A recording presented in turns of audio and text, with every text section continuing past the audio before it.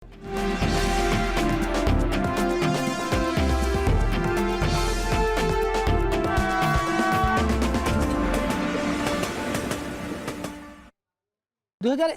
থেকে 2024 সাল পর্যন্ত স্থানীয় সরকার নির্বাচনে মোট খরচ হয়েছে 23,000 কোটি টাকা। স্থানীয় সরকার সংস্কার কমিশনের প্রধান বলছেন, যদি একই দিনে জাতীয় এবং স্থানীয় সরকার নির্বাচনের ভোট হয় তাহলে খরচ হবে মাত্র 600 কোটি টাকা। সম্প্রতি প্রধান উপদেষ্টাও বলেছেন, জাতীয় নির্বাচনের পাশাপাশি স্থানীয় সরকার নির্বাচনের প্রস্তুতি নিচ্ছে অন্তর্বর্তী সরকার। কিন্তু প্রধান নির্বাচন কমিশনার বলেছেন, একসঙ্গে স্থানীয় এবং জাতীয় নির্বাচন করা সম্ভব নয়। আজকের ভোটে টেনে কথা বলবো সেই প্রসঙ্গে। দর্শক, স্বাগত জানাচ্ছি নির্বাচন নিয়ে এখন টেলিভিশনের নিয়মিত আয়োজন ভোটে টেনে। পুরো এই আয়োজন জুড়ে আপনাদের সঙ্গে আছি আমি বেলায়েত হোসাইন।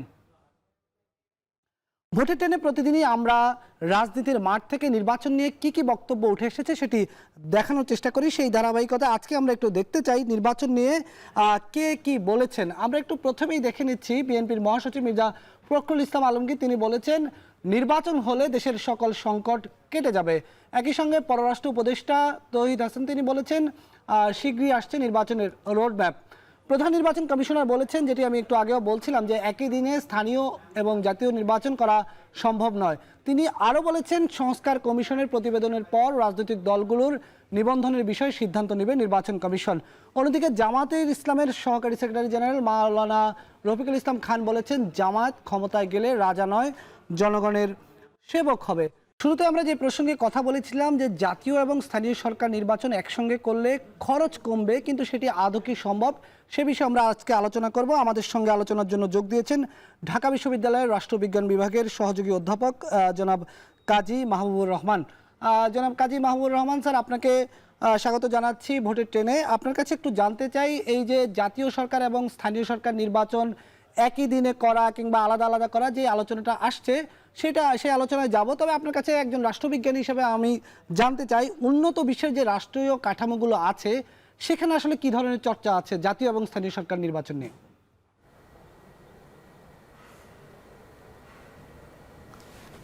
আসলে আপনাকে অসংখ্য ধন্যবাদ। স্থানীয় নির্বাচন এবং জাতীয় নির্বাচন পৃথিবীর প্রায় দেশেই এগুলো কিন্তু সেপারেটলি হচ্ছে, ম্যাক্সিমাম দেশগুলোতে। তো কিছু কিছু নির্বাচন যে একসাথে হচ্ছে না তাও না, তবে স্থানীয় নির্বাচনের কমন ফেনোমেনা হলো এটা আলাদাই হচ্ছে। জাতীয় নির্বাচনের সাথে সাধারণত দেখা যায় যেখানে প্রেসিডেন্সিয়াল ইলেকশন আছে, মানে রাষ্ট্রপতি নির্বাচিত হয়, সেখানে দেখা যায় যে রাষ্ট্রপতি নির্বাচনের দিন যেমন আমেরিকায় সিনেটের 1/3 সদস্য নির্বাচিত হন।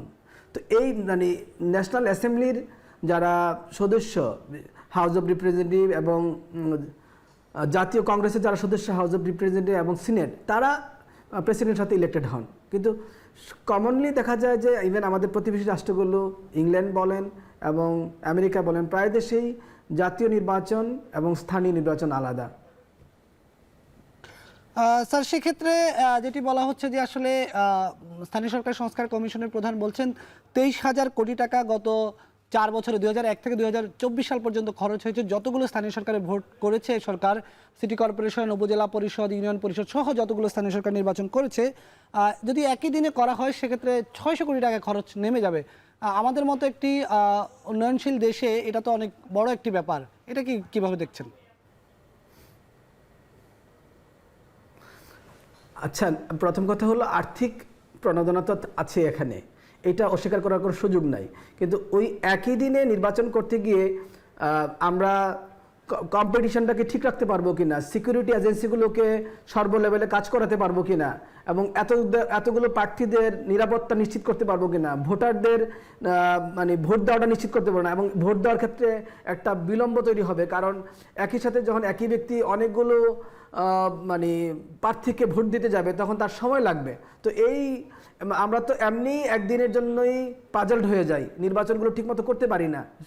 সংসদে নির্বাচন করতে গেলে আমরা পাজল হয়ে যাই। সেখানে আমরা যখন স্থানীয় নির্বাচন করতে যাব এবং এখানে ভোটারদের দীর্ঘ লাইন থাকবে এবং এটা স্থানীয় নির্বাচনে ভোট দেওয়ার ক্ষেত্রে লাইনটা আরও দীর্ঘ সময় নিয়ে নেবে। এই পরিস্থিতিতে আমার কাছে মনে হয় ভোটের যে সার্থকতা, ভোট অনুষ্ঠানের যে মূল টার্গেট, সেটা হলো মানে একটা স্বচ্ছভাবে এবং প্রত্যেক প্রার্থীর নিজস্ব যে কম্পিটিশন আছে সেই কম্পিটিশনের জায়গা থেকে ভোটারদেরকে নিজস্ব চয়েসের জায়গা থেকে স্পেস দেওয়া, সেই আমরা স্পেসটা আমরা দেওয়ার আপনার ক্ষেত্রে সঙ্গে এই প্রসঙ্গে কথা বলবো স্যার। যেটি বলছিলাম যে আসলে এদিকে প্রধান উপদেষ্টা বলেছেন তারা জাতীয় নির্বাচনের পাশাপাশি স্থানীয় সরকার নির্বাচনের প্রস্তুতি নিচ্ছেন। একই সঙ্গে আপনি যে বিষয়ে কথা বলছেন সেই বিষয়ে আমরা কথা বলবো, তবে তার আগে নিচ্ছি ছোট্ট একটি বিরতির পর আমরা আবারও যুক্ত হব আমাদের অতিথির সঙ্গে।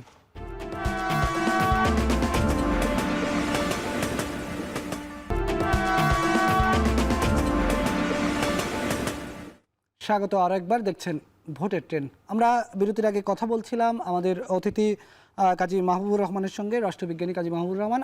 আপনার কাছে যেটি প্রশ্ন ছিল সর্বশেষ, যেটি নিয়ে আপনি কথা শেষ করতে পারেননি, যে খরচ যে কমে আসবে এই আর্থিক বিষয়টাকে কিভাবে আমরা দেখব বা এটার সমন্বয়টা কিভাবে হবে? প্রথম কথা হলো ইলেকশনে আননেসেসারি খরচ হলে আপনি এটা কাট করতে পারেন, কিন্তু ইলেকশনের লক্ষ্য তো খরচ না। ইলেকশনের লক্ষ্য হলো একটা ফেয়ার ইলেকশন করা, ক্রেডিবল ইলেকশন করা, অ্যাকসেপ্টেবল ইলেকশন করা এবং ইলেকশনটা যেন পিসফুল হয়, শান্তিপূর্ণ হয়। সো আমাদের লক্ষ্য হলো এইগুলোকে প্রায়োরিটি দেওয়া। কত টাকা খরচ হলো, কত টাকা কমলো, সেটা দ্বিতীয় লক্ষ্য। কিন্তু যদি এই ক্রেডিবল ইলেকশন করার জন্য, ফেয়ার ইলেকশন করার জন্য এবং অ্যাকসেপ্টেবল ইলেকশন করার জন্য পয়সা বেশি খরচ হয়, তাতেও আমাদের কিন্তু করতে হবে। কিন্তু আমাদের কম্প্রোমাইজ করা যাবে না ওই জায়গাগুলোতে। আমার কাছে যেটা মনে হয় যে ইলেকশন ডেগুলোতে যে ব্যাপক প্রার্থিতার সমাহার হলে মানে লোকাল গভর্নমেন্ট এবং বলেন জেনারেল ইলেকশন, দুইটা জায়গায় যদি অনেক প্রার্থী হয়ে যায়, তখন কিন্তু প্রার্থীগুলোর মধ্যে কম্পিটিশন অনেক বেড়ে যাবে এবং এক প্রার্থীর, লোকাল গভর্নমেন্টের প্রার্থীর মাসেলম্যানরা দেখা যাবে আপনার এমপিকে সমর্থন করছে, আবার এমপির প্রার্থীর মাসেলম্যানরা দেখা যাবে লোকাল গভর্নমেন্টকে সমর্থন করছে, আবার আর্থিক লেনাদেনাও দেখা যাবে একই সাথে ব্যয় হচ্ছে। মানে একটা ভোট চাওয়ার জন্যই মানে দেখা যাবে যে একটা ভোট চাওয়ার জন্য আরও টাকা খরচ করার কথা ছিল 500, এখন দেখা যাবে 500 টাকায় 4টা ভোট কিনতেছে। তো তখন আরও ইলেকশনগুলোতে আর্থিক এবং মাসেলমানের ব্যবহারটা কিন্তু অনেক বেশি হয়ে যাবে এবং নির্বাচন শান্তিপূর্ণ হবে না। এই জায়গা থেকে আমি বলছি, ইভেন আপনি দেখেন পৃথিবীর অনেক দেশে কিন্তু লোকাল গভর্নমেন্টের ইলেকশনটা কিন্তু বিভিন্ন প্রদেশে বা বিভিন্ন স্টেটে আলাদা আলাদাভাবে হচ্ছে, একই সাথে স্থানীয় সরকার নির্বাচনটাই হচ্ছে না। আর কেন্দ্রীয় সরকারের সাথে মানে কেন্দ্রীয় ইলেকশনের সাথে তার দূরের কথা, স্থানীয় সরকারের নির্বাচনটাই একসাথে হচ্ছে না। এবং আপনি দেখেন প্রেসিডেন্ট ইলেকশনের সময় কিন্তু আমেরিকাতে 1/3 সিনেটের নির্বাচন হয়। সো এরপরে কিন্তু তাদের মিড টার্ম আছে। তো বিভিন্ন সময় কিন্তু সেপারেটলি ইলেকশনগুলো হচ্ছে পৃথিবীর বিভিন্ন দেশে।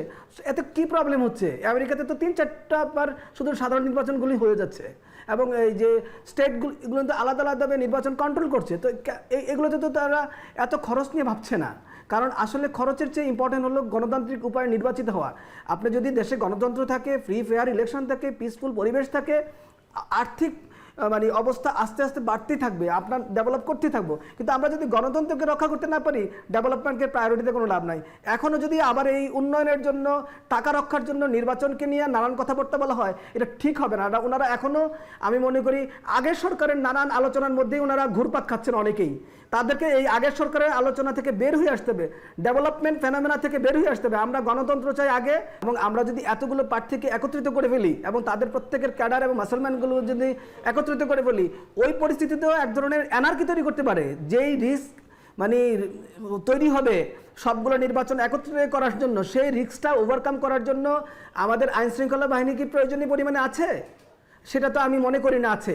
সো একটা ইলেকশন ডেতে জেনারেল ইলেকশনটা করাই যেখানে আমাদের আইনশৃঙ্খলা বাহিনীর জন্য চ্যালেঞ্জ হয়ে দাঁড়ায়, সেখানে ওই দিনে আপনি স্থানীয় সরকার নির্বাচনকে নিয়ে আসবেন, এটা তো এতটা যদি প্র্যাকটিক্যাল হতো, এতটা যদি ইফিশিয়েন্ট হতো, তাহলে পৃথিবীর অন্যান্য দেশগুলোও প্র্যাকটিস করতো। এটা খুব কমই প্র্যাকটিস হচ্ছে। সেই জন্য আমার কাছে মনে হয় আমরা আমাদের জায়গা থেকে যেটা প্রাধান্য দেওয়া উচিত, যে আগের সরকারের ডিসকোর্সগুলো কিন্তু আমাদের অনেকের মাথায় আবার রয়ে গেছে মনে হচ্ছে। তারা অনেকেই কিন্তু এখনও ডেভেলপমেন্ট কেন্দ্র করে আলোচনা করছেন, এখনও অর্থনীতিকে প্রায়োরিটি দিয়ে নিয়ে আলোচনা করছেন। আমরা কিন্তু মহা সংকটের মধ্যে পড়েছি গত 15 বছর, অর্থনৈতিক বিষয়টাতে না, কিন্তু উন্নয়নের বিষয় না, কিন্তু আমরা সংকটে পড়েছিলাম রাজনৈতিক ইস্যুতে। আমার কাছে মনে হয় এখনও আমাদের বর্তমান সরকার সহ এবং তাদের সাথে যারা পুনর্গঠিত প্রশাসনে এসেছেন, তারা কোনোভাবে রাজনীতিকে প্রায়োরিটি দিতে পারছেন কিনা, এটা কিন্তু প্রশ্ন রয়ে গেছে আপনার এই কথার পরে। বিশেষ করে এখন আপনি যেটা বলেন অর্থ বাঁচানোর জন্য নির্বাচন একই দিনে করার আলোচনার জায়গা থেকে আমার কাছে মনে হচ্ছে তারা রাজনীতিকে প্রাধান্য দিচ্ছেন না, রাজনৈতিক বিশেষজ্ঞদের সাথে কথা বলছেন না। তারা যদি রাজনৈতিক বিশেষজ্ঞের কথা বলতেন, আমাদের মতো সোসাইটিতে এইরকম একটা ডেভেলপিং কান্ট্রিতে এইরকম একটা যে সকল সোসাইটিতে প্রচুর মুসলমানের ব্যবহার হয় নির্বাচনে, যে সকল সোসাইটিতে প্রচুর আর্থিক লেনাদেনা হয় নির্বাচন সময়, এগুলোকে পাহারা দেওয়া, এগুলোকে নিয়ন্ত্রণ করা, ভোটারের নিরাপত্তা নিশ্চিত করা, মহিলা ভোটারের এবং সংখ্যালঘু ভোটারের নিরাপত্তা নিশ্চিত করা ইলেকশনের দিন এবং ইলেকশনের পরে, এগুলো অনেক বেশি চ্যালেঞ্জ। সেই চ্যালেঞ্জগুলোর মোকাবেলা করার জন্য আইন শৃঙ্খলা রক্ষা করে বাহিনীর যে ব্যবহার লাগবে এবং তার ক্ষেত্রে যে ধরনের চিন্তা চেতনা এবং ম্যানেজমেন্ট লাগবে, সেই জায়গায় প্রায়োরিটি দিতে গেলে আমাদের অনেক কাজ করতে হবে। সেই কাজ করার সময় আমাদের আর্থিক বিবেচনা না করিয়া এখনও আমাদের রাজনীতিকে বিবেচনা করা উচিত, রাজনীতিকে সবার সামনে রাখা উচিত, গণতন্ত্রকে সবার সামনে রাখা উচিত। আমাদের লক্ষ্য হওয়া উচিত একটা ইফিশিয়েন্ট ইলেকশন, একটা ডেমোক্রেটিক ইলেকশন, একটা অ্যাকসেপ্টেবল ইলেকশন, একটা ক্রেডিবল ইলেকশন। কত টাকা বাঁচলো সেটা ইম্পর্টেন্ট নয়, ইম্পর্টেন্ট হলো নাগরিকরা 3 বার ভোট দিতে পারে নাই। আপনি এইবারও কিন্তু ভোটের জায়গায় জগাখিচুড়ি করে ফেলেন না, তাহলে কিন্তু নাগরিকরা ভোট দিতে যদি না পারে, ভোটটা যদি সঠিকভাবে না হয়, ভোটটাতে যদি আরও অনেক বেশি ম্যানিপুলেশন হয়, তাহলে কিন্তু দেশের পরিস্থিতিটা আরও সংকটে পড়ে যাবে। সুতরাং এই সরকারের সবচেয়ে বড় সাফল্য হবে যদি তারা গ্রহণযোগ্য নির্বাচন করতে পারে, যেটা গত 1 যুগ ধরে মানুষ মিস করছে। এই জন্য আমার কাছে মনে হয় আর্থিক বিষয়গুলোর জন্য নির্বাচন কমিশনের মাথায় খুব কম থাকে, নির্বাচন কমিশনারের জন্য প্রায়োরিটি দেয় এমন একটা নির্বাচন, যে নির্বাচনটা জনগণ গ্রহণ করবে এবং আমরা যেন একটা দায়িত্বশীল, জবাবদিহিমূলক এবং পরবর্তীতে আর যেন কর্তৃত্ববাদ, ফেসিবাদ ফিরে না আসে, এই ধরনের সরকার ব্যবস্থা ফিরে পাই। যেই সরকার ব্যবস্থা 5 বছর পর বা 4 বছর যেই মেয়াদ আপনারা ঠিক করবেন, সেই মেয়াদ অনুযায়ী যেন তারা আবার নাগরিকদের কাছে ভোটের জন্য ফিরে আসে। আপনাকে ধন্যবাদ জানাচ্ছি আমাদের সঙ্গে যুক্ত হওয়ার জন্য, আলোচনা করার জন্য। আমাদের সঙ্গে যুক্ত ছিলেন ঢাকা বিশ্ববিদ্যালয়ের রাষ্ট্রবিজ্ঞান বিভাগের সহযোগী অধ্যাপক কাজী মাহবুবুর রহমান। তিনি আলোচনা করছিলেন নির্বাচনের গণতন্ত্রটাকে প্রাধান্য আমরা দিব নাকি খরচকে প্রাধান্য দিব। নিচ্ছি আরও একটি বিরতির পর ফিরে এসে জানাবো সংসদীয় আসনের পরিক্রমা।